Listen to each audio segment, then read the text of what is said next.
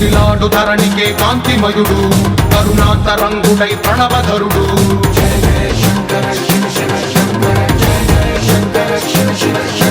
జ్ఞాన ప్రభారాసి దివ్య త్రినేత్రం వేద వేదాంతార్థ జ్యోతి స్వరూపం కైలాస శిఖరాలు నిజ భుజ స్కందాలు కరుణా సముద్రాలు స్వామి కనులు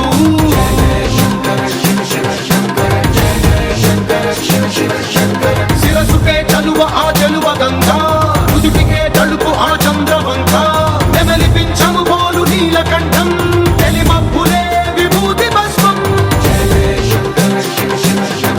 అభయ ప్రళయ శక్తి ఆ త్రిశూలం అక్షర వ్యాకృతుల ఆకృతే డమరుగం ఫణిభూషణం వాయ సత్వరాజం సంధ్యకాంతుల నెగస వ్యాఘ్ర చర్మం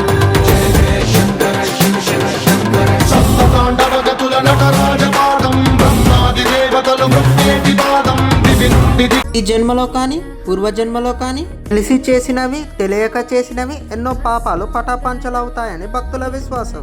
ప్రముఖ పుణ్యక్షేత్రాలలో ఒకటైన పురాతనమైన క్షేత్రం, ఎన్నో మహిమలు గల క్షేత్రం శ్రీ బ్రహ్మగుండ క్షేత్రం. నమస్తే, వెల్కమ్ టు తేజ్ బ్లాగ్స్. శివోహం కార్యక్రమానికి స్వాగతం సుస్వాగతం. కర్నూలు జిల్లా వెల్దుర్తి మండలానికి చెందిన కామేశ్వరిదేవి సహిత బ్రహ్మగుండేశ్వరుడు ఇక్కడ భక్తులతో పూజలు అందుకుంటున్నాడు. పురాణాల ప్రకారం పాండవుల మునిమనువడైన పరీక్షిత్ మహారాజు ఒకరోజు బయటికి వెళ్ళాడు. వేటాడడంలో అలసిపోయి ఒక ముని ఆశ్రమానికి చేరుకున్నారు. వాల్మీకి మహర్షి ధ్యానం చేసుకుంటూ రాజుకు కనిపిస్తారు. మహర్షితో రాజుకు నాకు దాహంగా ఉందని అడుగుతాడు. మహర్షి రాజు మాటలు పట్టించుకోలేకపోవడంతో పరీక్షిత్ మహారాజుకు కోపం వస్తుంది. శివుడితో అక్కడ పడి ఉన్న పాముని తీసుకొని పరీక్షిత్ మహారాజు చేస్తున్న మహర్షి మీద పాముని విసిరి వెళ్ళిపోయాడు. మహర్షి కుమారుడైన శృంగి మహర్షి కోపంతో ఊగిపోయాడు. ఆయనమే పాము కాటుతో 7 రోజుల్లో మరణిస్తామని పరీక్షిత్ మహారాజుకి శపిస్తారు. ధర్మ నగదుడు అనే మహారాజు గొప్ప పరమభక్తుడు, కానీ అతనికి సంతానం లేదు.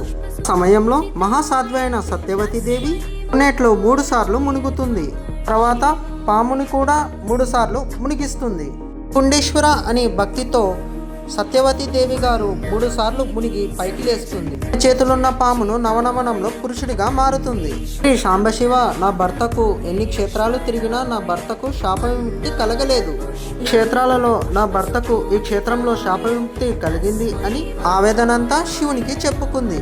చిత్రాన్ని చూసినా విన్నా చదివినా సంపదలు వస్తాయని పండితులు చెబుతారు. ఈ ఆలయానికి ప్రవేశించగానే ధ్వజస్తంభం, కోనేరు, అంతరాలయం, గర్భాలయంతో దర్శనమిస్తుంది. ఆ శివుడిని బ్రహ్మగుండేశ్వరుడు మరియు పార్వతీదేవి సమేతగా దర్శనమిస్తారు. క్షేత్రంలో దక్షిణామూర్తి ఆలయం కూడా ఉండడం విశేషం. క్షేత్రంలో కార్తీక మాసం మరియు మహాశివరాత్రి బ్రహ్మోత్సవాలు ఘనంగా నిర్వహిస్తారు. క్షేత్రంలో కళ్యాణాలు కూడా నిర్వహిస్తారు. పెళ్లి చేసుకున్న వారికి, చేయించిన వారికి వీళ్ళు జీవితాంతం సుఖంగా ఉంటారు అన్నది భక్తుల విశ్వాసం. క్షేత్రంలో రామాలయం కూడా ఉండడం ఎంతో విశేషం.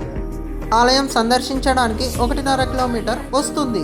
క్షేత్రానికి చేరుకోవాల్సిన మార్గం హైదరాబాద్ నుంచి లేదా విశాఖపట్నం నుంచి కర్నూలుకి చేరుకొని, కర్నూలు నుంచి బస్సు లేదా రైలు మార్గం ద్వారా వెల్దుర్తికి చేరుకొని నుంచి 3 కిలోమీటర్లుగా బ్రహ్మగుండానికి చేరుకోవచ్చు. ఈ వీడియో నచ్చినట్లయితే లైక్ చేయండి, షేర్ చేయండి, సబ్స్క్రైబ్ చేయండి.